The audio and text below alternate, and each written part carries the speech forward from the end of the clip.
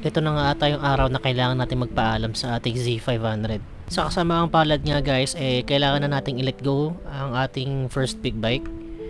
So, ito kasi nakapost na sa marketplace and ngayon na ata siya kukunin ng kanyang bagong owner. So, nag-confirm kasi sina sir na pupunta sila ngayong araw. Kayo din ba nakakaramdam din kayo ng lungkot kapag may nilalet go kayong bagay? Katulad nitong motor o sasakyan? Ako kasi ganun kapag nagiging attach ako sa isang bagay, lalo na pag may meaning.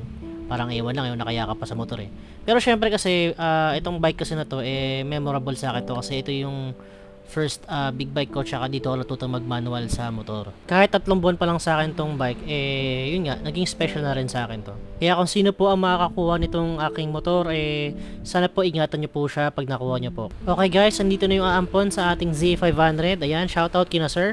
Thank you po sa pagbisita. Galing pa silang Laguna. Hindi ko na po i-disclose yung pangalan nila for their privacy din.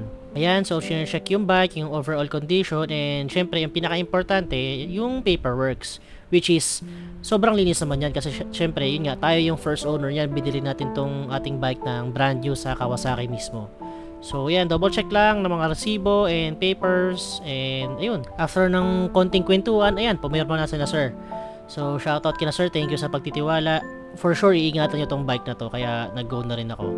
Actually guys, if ever nga na hindi mabenta tong bike, okay lang sa akin. Pero kasi nga, nag-confirm sa akin sila sir, and medyo mahaba na rin yung napag-usapan namin sa messenger. Syempre, since marami na kami napag-usapan, ayoko naman mag-back out bigla, di ba? Kasi sabihin nila, bogus seller ako. Kaya, nag-push through na rin ako dun sa pagbenta dito sa bike natin. Ayan, so done deal, iloload na namin tong bike dun sa kanilang pick-up. Ayan, shoutout kina sir, thank you ulit sa pagtitiwala. Ayan, solid talaga ng Z500 doon, pogi na itsura. Lalo na tong unit natin, daming upgrades yan Gulong pa lang yan, naka-Pirelli na Rosso 3 na yan. So ito na nga guys, nasakay na namin tong bike dito sa kanilang pick-up. Ang hirap pala isakay niyan. Grabe, ang bigat kasi kailangan mong ibuelo para makakat siya. Kasi di ba may ramp yan. Ang hirap din pala niyan. Ayan, so dino-double check na lang yung mga strap, dapat mahigpit lahat. Ayan, di ba? Tsaka dapat yung bike straight siya doon sa pick-up. Kumbaga ano siya, nakatuwid para yung weight niya diretso lang, hindi siya matutumba sa kahit anong gilid. At syempre, hindi mawala yung picture dyan. O diba? Last picture sa ating Z500. Ayan, thank you ulit kina sir. Tsaka sa sir pala, meron pala silang property sa may Along Marilaki, meron silang rest house. And mahilig din talaga sila mag-ride dyan. So, katawag dito na invite tayo na kapag napadaan tayo sa may Marilaki, pwede tayong mag-stop by sa kanila, at least makapag-coffee man lang ganyan. Malay mo makita pa ulit natin tong Z500, di ba? Ayan, so paalis na sila sir. Ingat po sa biyahe. Last na sulyap sa ating Z500 for now, hopefully. Ayun, wala na siya. Paalam.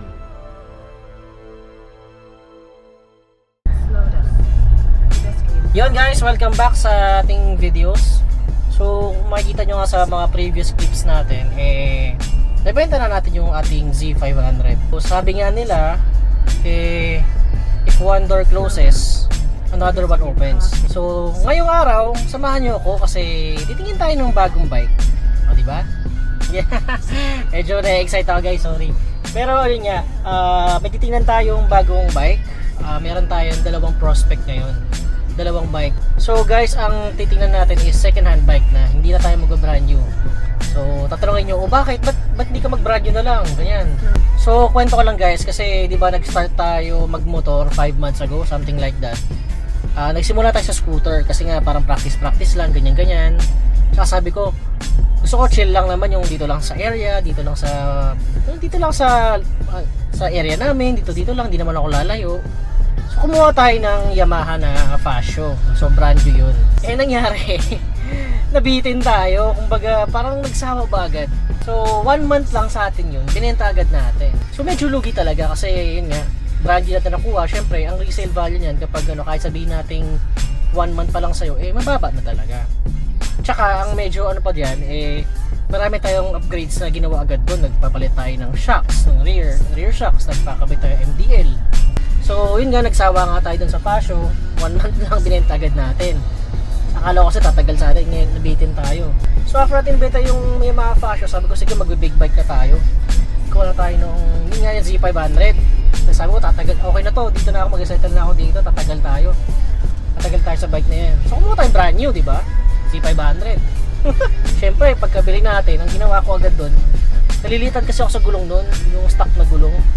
Para siyang basta nalilitan ako. So, pinagpapalit agad ako ng gulong. Bumili ako ng yung Pirelli na Rosso 3. Almost parang 22,000 agad yun, diba? Sige, okay lang kasi sabi sa loob-loob ko, matagal naman na sa akin to. Kumbaga, ito na yung bike talaga na ko. Wala. Nagsawa din agad. 3 months lang sana yung bike. Binenta ko na. Nakuha na. So, lugi na naman, di ba? Mas marami pa ako mga anik-anik na pinagkakabit doon. Yung slip-on exhaust kay Orion, parang 8,000 din yun. Ano pa? Yung mga accessories, yung bar and mirrors, tawag dito, spools. Tapos yung mga, ano pa ba doon mga pinagkakabit ko? Yung mga cellphone holder, di ba? May value din yan. O, kasi sabihin mong nalugi ka ng mga 30, 40, something like that. O, di ba? Kaya ngayon guys, second hand muna tayo. Kukuha naman tayo ng medyo magandang condition. Pero kasi, sinesecure ko lang yung sarili ko na baka mamaya, after natin makuha tong next bike natin, ay magsawa agad ako. Pag brand new na naman yung kinuha natin, di pa, 3 beses na ako nalugi. Di ba? So, ayun, yun lang naman. Kinawento ko lang sa inyo. So, ngayon guys, samahan nyo ako. May mga titingnan tayo mga bike ngayon. Although itong bike, ito matagal ko na talaga siyang pangarap eh. Parang hindi pa ako nagmamotor, parang nagagandahan ako dito sa bike na to. So, let's go! Excited ako. Tingnan natin guys, sana kung anong ipagkaloob the Lord. Tingnan natin. Ang traffic dito sa Visayas, sabi nyo. Ang traffic, sir! What's new? Dito naman talaga sa Pilipinas, traffic na eh. Kahit anong oras. So ayun guys, babalikan ko kayo mamaya-maya.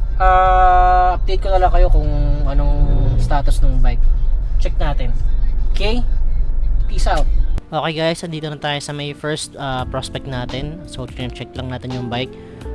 Separate video na pala guys yung bike reveal para syempre para medyo tayo, iba-iba naman.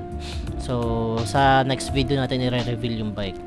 So ayan, check lang natin, tingnan natin kung lahat gumagana, electrical, kung okay pa ba yung engine, although kahit wala akong alam kung paano tumingin, pinapakinggan ko lang. So ayun guys, okay naman siya, syempre nakikipagtawaran pa tayo sa presyo, di ba? Para kahit pa paano, makatipid din tayo, kahit a few thousands, di ba? Okay guys, nakita na natin yung first unit dito. So okay naman siya, pero syempre kailangan medyo marami tayong options. So, ngayon pupunta tayo sa may pangalawang prospect natin sa may bandang Fisher Mall. So, time check, it's already 11:30. Ay, sorry, 12:30 na pala. 12:30 na pala, guys.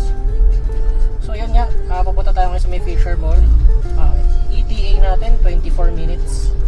So, mga alauna past 1 dating natin. Although yun naman din sinabi ko dun sa seller, mga 1 tayo darating. So yan guys, babalikan ko kayo mamaya. Update ko na lang kayo. Okay guys, dito tayo sa second location. Dito tayo nagpark sa may church. Tingnan natin. Hello sir. Dito lang ako sir sa may sa may church. Dito ako nagpark, wala kasing maparkingan saan. Anong color ng shirt ka sir?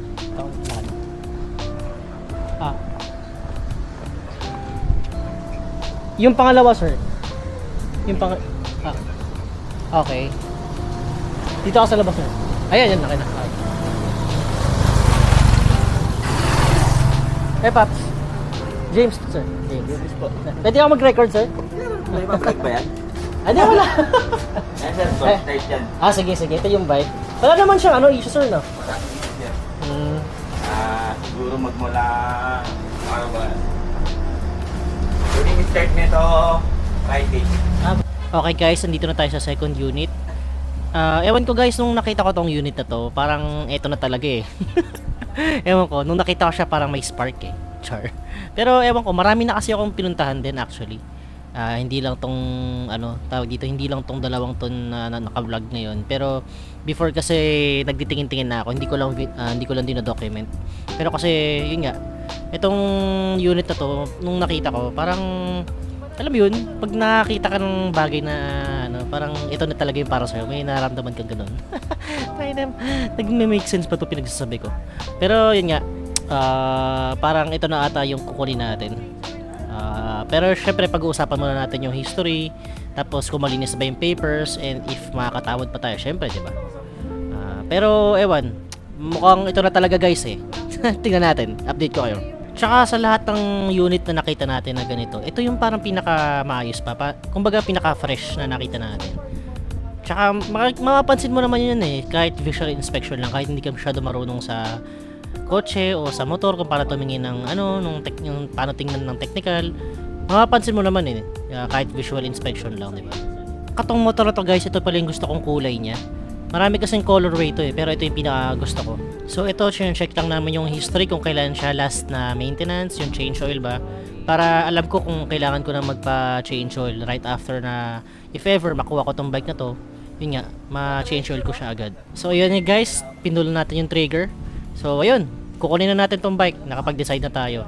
So ang usapan kasi namin ni sir eh, since wala kasi akong kasama, hindi ko mauwi yung bike. So i-deliver na lang niya yung bike sa atin mamaya. Tsaka mag-aano muna ako, ipe-prepare ko muna yung payment. Okay guys, so done deal na tayo, nakuha na natin yung unit. Okay naman so far naman nakita natin, siya yung pinaka okay.